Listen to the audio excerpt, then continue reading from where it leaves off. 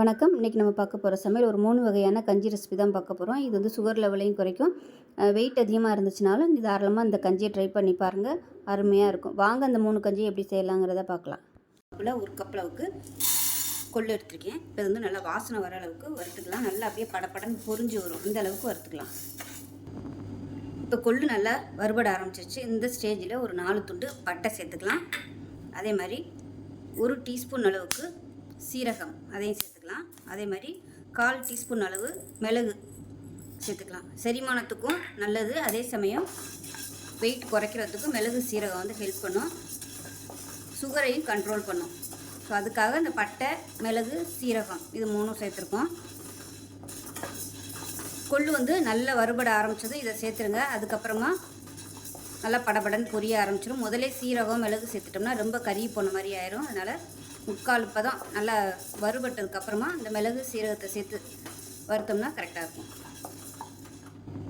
இப்போ கொள்ளு நல்லா வறுபட்டுருச்சு, கலர் நல்லா மாறிடுச்சு. இப்போ கேஸ் அமர்த்திடலாம். அமர்த்திட்டு வேறு பிளேட்டுக்கு மாற்றிக்கலாம். மாற்றிட்டு ஆறுனது மிக்சியில் போட்டு எல்லாத்தையும் நைஸாக அரைச்சிக்கலாம். மெஷரிங் கப்பில் 1 கப் அளவுக்கு பார்லி அரிசி எடுத்திருக்கேன். நல்லா 4-5 தடவை கழுவிட்டு தண்ணியை வடிய விட்டுட்டேன். நல்லா ஒரு அரை மணி நேரம் தண்ணி நல்லா வடிஞ்சிருச்சு. இப்போ இதை வந்து ஒரு பேனில் சேர்த்துக்கலாம். இது நல்லா வாசனை வர அளவுக்கு நல்லா வறுக்கணும்.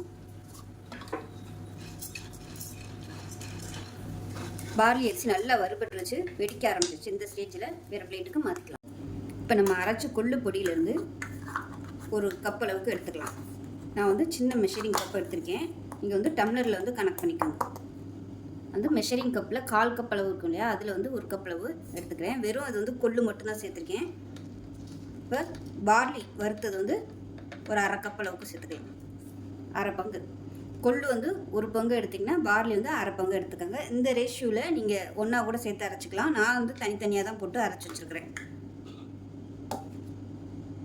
இப்போ தண்ணி சேர்த்துக்கலாம். இப்போ எந்த கப்பில் எடுத்தோமோ அதே கப்பில் ஒரு 6 கப் அளவுக்கு தண்ணி சேர்த்துக்கலாம்.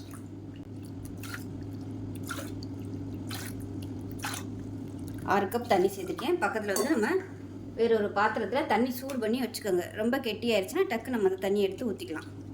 இப்போ கலந்து விட்டுக்கலாம். கலந்து விட்டுட்டு கேஸ் ஆன் பண்ணிக்கோங்க. இல்லை மிளகு சீரகம்லாம் போட்டிருக்கனால நல்ல வாசனையாக இருக்கும். இப்போ இதில் ஒரே ஒரு பூண்டு பல், அதாவது பெரிய பல்லாக 1 பல் பூண்டு வந்து நச்சு வச்சுருக்கேன். அதை சேர்த்துக்கலாம். இது கூடவே வெந்தயத்தூள் வந்து பொடி பண்ணி வச்சுருக்கேன். அதை சேர்த்துக்கலாம். நீங்கள் முழு வெந்தயம் கூட சேர்த்துக்கலாம். ஸோ என்கிட்ட பொடி இருந்ததுனால நான் வந்து அதை சேர்த்துருக்கேன். ஏன்னா கொள்ளு வந்து சூடு, அந்த சூட்டை வந்து பேலன்ஸ் பண்ணி கொடுக்குறதுக்காக வெந்தயம் சேர்த்துருக்கேன். இப்போ இது வந்து நல்லா கொதிக்கட்டும். இப்போ இதில் மஞ்சத்தூள் கொஞ்சமாக சேர்த்துக்கலாம். சுகர் பேஷண்ட் சாப்பிட்றவங்களா இருந்தால் மஞ்சத்தூள் வந்து சுகர் நல்லா கண்ட்ரோல் பண்ணும். இதில் போட்டிருக்க எல்லா பொருளுமே சுகர் பேஷண்ட்டாக இருக்கிறவங்களும் சாப்பிட்லாம். கொள்ளு வந்து சுகருக்கு அவ்வளோ நல்லது. கொள்ளு, பார்லி, பட்டையெல்லாம் பார்த்திங்கன்னா இன்சுலின் உற்பத்தியை நல்லா தூண்டும். அதுக்காக பட்டை சேர்த்துருக்கேன். அதே மாதிரி மிளகு, சீரகம் இது எல்லாமே பார்த்திங்கன்னா செரிமானத்துக்கு நல்லது. சுகர் லெவலும் சீரகம் நல்லா கண்ட்ரோல் பண்ணும். அதுக்காக தான் சேர்த்துக்கேன். இப்போ பாருங்கள் கெட்டி ஆகிட்டே வருதா. இப்போ இந்த ஸ்டேஜில் எவ்வளோ தேவையோ அதுக்கு தகுந்த மாதிரி தண்ணி சேர்த்துக்கோங்க. அட்ஜஸ்ட் பண்ணிக்கலாம். ஏன்னா நம்ம கொள்ளு பவுடர் சேர்த்துருக்கிறதுனால நல்லா கெட்டியாகி வரும். அதனால் பக்கத்தில் வந்து தண்ணி வச்சுக்கோங்க. வச்சுக்கிட்டு எவ்வளோ தேவையோ அந்த அளவுக்கு நீங்கள் தண்ணி சேர்த்துக்கலாம். இப்போ நல்லா கொதிக்கட்டும். பூண்டு ஃப்ளேவர் பிடிக்கலைன்னா நீங்கள் விட்டுறலாம். இடையில நல்லா கிளறி விட்டுகிட்டே இருக்கலாம். இல்லைன்னா அடியில் வந்து இந்த பவுடர் தங்கிக்கிறோம். அதனால் நல்லா கிளறி விட்டுகிட்டே இருக்கணும். இப்போ இந்த கஞ்சிக்கு தேவையான உப்பு சேர்த்துக்கலாம். வெயிட் லாஸ் பண்ணணும்னு நினச்சி இது சாப்பிட்றவங்க நிறைய தண்ணி குடிக்கணும். ஏன்னா கொள்ளு வந்து எடுத்துக்கும் போது தண்ணி நிறைய குடிச்சிக்கிட்டே இருக்கணும். அப்போ தான் உங்களுக்கு அந்த தேவையில்லாத நீர் எல்லாமே போகும். அதே மாதிரி பார்லி எடுத்துக்கும் போதும் நம்ம தண்ணி குடிச்சிக்கிட்டே இருந்தோம்னா தான் அந்த கெட்ட கழிவுகள் எல்லாம் அந்த யூரின் வழியாக வெளியே போகும். அப்போ தான் உங்களுக்கு உடம்பு வெயிட் வந்து குறையும். அதனால் கண்டிப்பாக தண்ணி எவ்வளோ தூரம் குடிக்க முடியுமோ அந்த அளவுக்கு தண்ணி குடிச்சிட்டே இருங்க. இப்போ வந்து பார்லி இல்லை, வெறும் கொள்ளு மட்டும்தான் இருக்குது அப்படின்னா இதில் உள்ள பொருட்கள் எல்லாமே போட்டு பார்லி இல்லாமல் நீங்கள் வெறும் கொள்ளு கஞ்சியாகவும் சாப்பிட்டுக்கலாம். விருப்பம் இருந்தால் பார்லியோட சேர்த்தும் நீங்கள் சாப்பிட்டுக்கலாம். இது வந்து சளி பிரச்சனைக்குமே நீங்கள் இந்த மாதிரி கஞ்சி வச்சு சாப்பிட்டிங்கன்னா நல்லாயிருக்கும். ஏன்னா இதில் உள்ள பொருள் எல்லாமே சளிக்குமே நல்லா கேட்கும். கொள்ளு, மிளகு, சீரகம் எல்லாமே வந்து சளி பிரச்சனைக்குமே சாப்பிட்றது நல்லா கேட்கும். சளிக்குமே உடம்பு நல்லா ஸ்ட்ரென்த்தாக இருக்கும், ஸ்ட்ராங்காக இருக்கும். இன்னுமே நல்லா கொதிக்கட்டும். நல்ல வாசனையாக இருக்கும் இந்த கொள்ளு கொதிக்கும் போது. இப்போ நமக்கு கொள்ளு கஞ்சி ரெடி ஆயிடுச்சு. நல்லா அப்படியே பளபளன்னு வரும். அதே சமயம் ஃப்ளேம் வந்து அதிகமாக வச்சிங்கன்னா இந்த மாதிரி உங்களுக்கு அப்படியே நுறையா வரும். அப்போ அந்த சமயம் வந்துச்சுன்னா நல்லா வெந்துருச்சு, ரெடி ஆயிடுச்சுன்னு அர்த்தம். லைட்டாக கொதிக்க ஆரம்பிக்கும் போது சிம்மில் விட்டுருங்க. ரொம்ப ஹையில் வச்சிங்கன்னா வற்றி போயிடும். அவ்வளோதான். இப்போ ரெடி ஆயிடுச்சு, அமர்த்திடலாம். அருமையான 3-in-1 கொள்ளு பார்லி கஞ்சி ரெடி ஆயிடுச்சு. சளி பிரச்சனை, உடல் எடை குறைக்கணும்னு நினைக்கிறவங்க, சுகர் குறைக்கணும்னு நினைக்கிறவங்க தாராளமாக அதை எடுத்துக்கலாம். ஸோ இந்த வீடியோ பிடிச்சிச்சுன்னா லைக் பண்ணுங்கள், கமெண்ட் பண்ணுங்கள், சேனலை சப்ஸ்கிரைப் பண்ணுங்கள், பக்கத்தில் உள்ள பெல் பட்டனை ப்ரெஸ் பண்ணுங்கள். நன்றி. இப்போ பார்த்தீங்கன்னா மெஷரிங் கப்பில் 1/2 கப் அளவுக்கு காட்டியான அரிசி எடுத்திருக்கேன். இது நல்லா 4-5 தடவை கழுவிட்டு தண்ணியை இருத்துட்டு நல்லா கொஞ்சம் ட்ரை ஆயிடுச்சு. இப்போ இதை வந்து மிக்ஸி ஜாரில் சேர்த்துக்கலாம். இப்போ மிக்ஸி ஜாரில் சேர்த்துட்டேன். இதை வந்து நம்ம ரவை பதத்துக்கு அரைச்சி எடுத்துக்கலாம். இப்போ நல்லா அரைச்சிட்டு வந்தாச்சு. இந்த மாதிரி குருணை மாதிரி இருக்கணும், அதாவது ரொம்ப நைஸாக இல்லாமல் கையில் வந்து நம்மளுக்கு அந்த அரிசி தட்டுப்படணும், அந்த அளவுக்கு இருக்கட்டும். இப்போ இது வந்து எவ்வளோ இருக்கும் நம்ம டம்ளரில் அளந்துக்கலாம். இப்போ பாருங்கள், இந்த டம்ளரில் 3/4 டம்ளர் அளவுக்கு இருக்குது. இப்போ ஒரு குக்கர் எடுத்துக்கலாம். இப்போ நம்ம பொடிச்ச அந்த காட்டியான அரிசியை இதில் சேர்த்துக்கலாம். இப்போ இதில் தண்ணி சேர்த்துக்கலாம். இந்த டம்ளரில் தான் 3/4 டம்ளர் அளவுக்கு அரிசி இருந்துச்சு, அதனால் இப்போ நம்ம தண்ணி சேர்த்துக்கலாம். 1 பங்குக்கு 4 பங்கு தண்ணி. இப்போ அதில் வந்து இந்த டம்ளரில் 3/4 டம்ளர் அளவு வந்து நான் எடுத்தேன், அதனால் 3/4 டம்ளர் அளவுக்கு 4 டம்ளர் தண்ணி ஊற்றிக்கிறேன். மொதல் 1 ஊற்றிருக்கேன், இப்போ 2, இது 3, 4, மொத்தம் 4 டம்ளர் தண்ணி ஊற்றிருக்கேன். இப்போ நல்லா கலந்து விட்டுடலாம். நார்மலாக நம்ம அரிசி வைக்கிற மாதிரி தான் இது. கொஞ்சம் பாரம்பரிய அரிசிங்கிறதுனால 1 டம்ளர் வந்து நான் எக்ஸ்ட்ரா வச்சுருக்கேன். அதாவது நார்மலாக நம்ம 1 டம்ளருக்கு 3 பங்கு தண்ணி வைப்போம், இது 4 பங்கு தண்ணி, அவ்வளோதான் வச்சுருக்கேன். இப்போ நல்லா கலந்து விட்டுடலாம். கலந்து விட்டுட்டு குக்கரை மூடி வச்சுட்டு நல்லா ஒரு 5 விசில் விட்டுட்டு ஸ்டீம் போனதுக்கப்புறம் பார்க்கலாம்.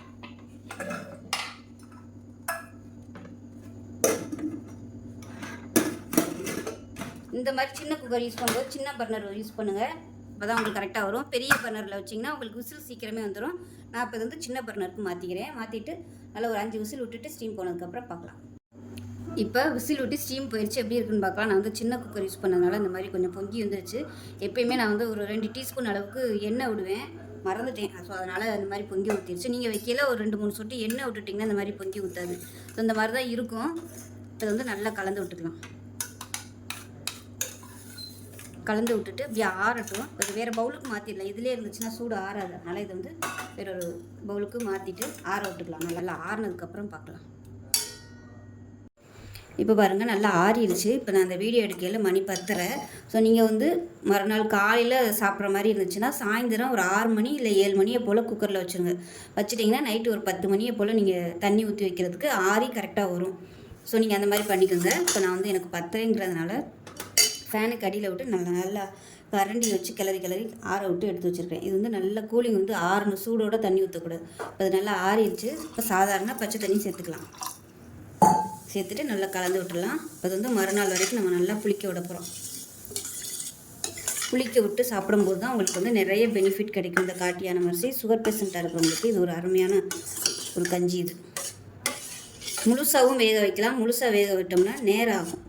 ரொம்ப நேரம் அரிசி வந்து ஊற வைக்கணும். நீங்கள் நைட்டுக்கு வந்து சாதம் குக்கரில் வைக்க போகிறீங்கன்னா காலையிலே இருந்து நீங்கள் அந்த அரிசியை வந்து ஊற வைக்கணும், அப்போ தான் சீக்கிரமாகவே வேகும். அதுக்காக தான் நான் வந்து உடச்சிட்டு சேர்த்துருக்கேன். உடச்சிட்டு சேர்த்தோம்னா சீக்கிரமாகவே வெந்துடும்.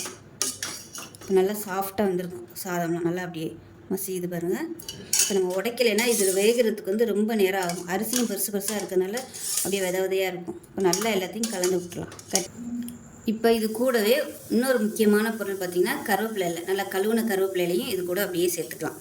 அந்த கருவேப்பிலையோட எசன்ஸ் எல்லாமே அந்த தண்ணியில், அதாவது கஞ்சியில் வந்து இறங்கிடும். காலையில் நம்ம சாப்பிடும்போது நல்லாயிருக்கும். இந்த மாதிரி பண்ணும்போது சுகர் லெவல் வந்து நல்ல கண்ட்ரோலுக்கு வரும். ஸோ அதுக்காக தான் வந்து கருவேப்பிலை சேர்த்துருக்கோம். வேப்பிலைக்கு சமமான சத்துக்கள் வந்து கருவேப்பிலையில் இருக்குது. இப்போ இது வந்து நம்ம மூடி வச்சிடலாம். உப்பெல்லாம் இப்போயே போடணும்னு அவசியம் இல்லை, காலையிலே உப்பு போட்டுக்கலாம். ஏன்னா நம்ம கஞ்சியாக பண்ணுறதுனால உப்பு போட்டோம்னா கஞ்சி வந்து ஒரு மாதிரி நொசன்னு ஆயிரும். அதனால் உப்பு வந்து நம்ம குடிக்க போயில போட்டுக்கலாம். இப்போ இது வந்து புளிக்கட்டும், காலையில் பார்க்கலாம். மூடி வச்சிடலாம். இப்போ ஒரு மிக்ஸி ஜார் எடுத்துக்கலாம். இதில் பார்த்திங்கன்னா ஒரு 7-8 சின்ன வெங்காயம் சேர்த்துக்கலாம். இது கூடவே 1/4 டீஸ்பூன் போல் சீரகம், ஒரு பச்சை மிளகா, கொஞ்சமாக கருவேப்பிலை சேர்த்து இப்போ அதை கோர்ஸாக அரைச்சிக்கலாம்.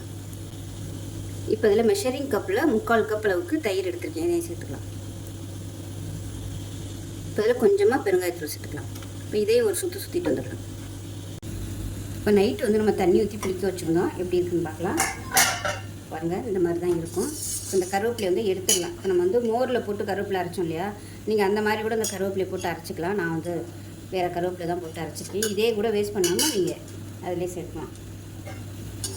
இப்போ அந்த கருவேப்பிலையோட ஃப்ளேவர் எல்லாமே உள்ளே நல்லா இறங்கியிருக்கும். இப்போ அதில் நம்ம அடித்து வச்சுருக்க இந்த தயிரை சேர்த்துக்கலாம். இப்போ இதில் உப்பு சேர்த்துக்கலாம். தேவையான அளவுக்கு உப்பு சேர்த்துக்கோங்க. அவ்வளோதான், அருமையான காட்டியான அரிசி மோர் கஞ்சி ரெடி ஆயிடுச்சு. ரொம்பவும் ஒரு ஆரோக்கியமான ஒரு ரெசிபி. உடம்பு நல்ல ஸ்ட்ரென்த்தாக இருக்கும். சுகர் லெவல் நல்ல கண்ட்ரோலுக்கு வரும். ரெகுலராக எடுத்துகிட்டு வந்தீங்கன்னா சுகர் லெவல் நல்ல கண்ட்ரோல் ஆகும். ஒரு 3 மாதம் தொடர்ந்து எடுத்துகிட்டு வந்தீங்கன்னா உங்களுக்கு நல்ல ரிசல்ட் தெரியும். உடம்பு நல்லா ஸ்ட்ராங்காக இருக்கும். உடம்புல ஏதாவது புண்கள் இருந்துச்சுனாலும் இந்த காட்டியான அரிசி சாப்பிட்டு வந்தீங்கன்னா உங்களுக்கு அந்த புண்ணெல்லாம் நல்லா ஆற்றும். ஒரு கஞ்சி செஞ்சு பாருங்கள். செஞ்சு பார்த்துட்டு எப்படி வந்துச்சுங்கிறத சொல்லுங்கள். வீடியோ பிடிச்சிச்சுன்னா லைக் பண்ணுங்கள், கமெண்ட் பண்ணுங்கள், சேனலை சப்ஸ்கிரைப் பண்ணுங்கள், பக்கத்தில் உள்ள பெல் பட்டனை ப்ரெஸ் பண்ணுங்கள். நன்றி. பார்க்கலாம். இப்போ ஒரு குக்கர் எடுத்துக்கலாம். குக்கர் சூடானதும் 1 கப் அளவுக்கு கொள்ளு எடுத்திருக்கேன். நான் வந்து இன்றைக்கி ஒரு வேளைக்கு தக்கனதான் நான் வந்து செய்கிறேன். இது வந்து ஒரு 2 பேர் சாப்பிட்லாம். அதனால் மெஷரிங் கப்பில் வந்து 1/4 கப் அளவு இருக்கும் இல்லையா கப்பு, அந்த கப்பில் வந்து 1 கப் அளவுக்கு எடுத்திருக்கேன். இப்போ இது நல்லா வாசனை வர அளவுக்கு வறுத்துக்கலாம். இப்போ கொள்ளு நல்லா வறுபட்டுருச்சு. லேசாக ஒன்று வெடிக்க ஆரம்பிக்குது. இந்த ஸ்டேஜில் எந்த கப்பில் நம்ம கொள்ளு எடுத்தோமோ அதே கப்பில் 1/2 கப் அளவுக்கு சிவப்பு அவல் எடுத்துக்கலாம். இதையும் சேர்த்து அந்த சூட்டிலே வறுத்துக்கலாம். கடைசியாக இதை வந்து அவல் சேர்த்திங்கன்னா உங்களுக்கு வறுபட்டுரும். முதல்ல சேர்த்துட்டிங்கன்னா அவல் சீக்கிரமாகவே வறுபட்டுரும், ரொம்ப கருகி போயிடும். அதனால தான் நான் கடைசி ஸ்டேஜில் போட்டிருக்கேன். இப்போ இந்த ஸ்டேஜில் பார்த்திங்கன்னா நல்லா எல்லாமே வெடிக்க ஆரம்பிக்கும். அந்த கொள்ளு பார்த்திங்கன்னா நல்லா அப்படியே படப்படன்னு வெடிக்க ஆரம்பிக்கும். அந்த ஸ்டேஜில் நம்ம வந்து இறக்கணும். இப்போ கொள்ளு நல்லா வறுபட்டுருச்சுன்னு அர்த்தம். இப்போ நல்லா சூடு ஏறி வறுபட ஆரம்பிச்சிருச்சு. இப்போ அமர்த்திடலாம். அமர்த்திட்டு மிக்ஸி ஜாரில் சேர்த்து நல்லா நைஸாக அரைச்சிக்கலாம். இப்போ இது ஆறட்டும். ஆறுனதுக்கப்புறம் நல்லா பவுடராக பொடி பண்ணிக்கலாம். இப்போ பொடி பண்ண கொள்ளு வந்து ஒரு குக்கரில் சேர்த்துக்கலாம். சேர்த்துட்டு எந்த கப்பில் எடுத்தோமோ அதே கப்பில் ஒரு 5 கப் அளவுக்கு தண்ணி சேர்த்துக்கலாம். தண்ணி தாராளமாகவே சேர்த்துக்கலாம்.